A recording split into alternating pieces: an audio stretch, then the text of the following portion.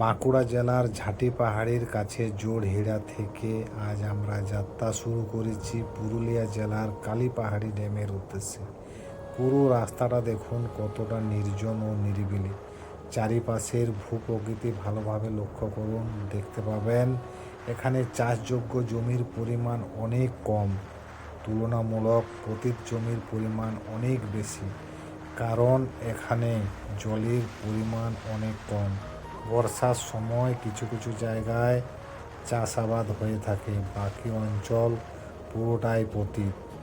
এই যে প্রান্তর, এখানে এই প্রান্তর পাথরের পরিমাণ অনেকটা বেশি।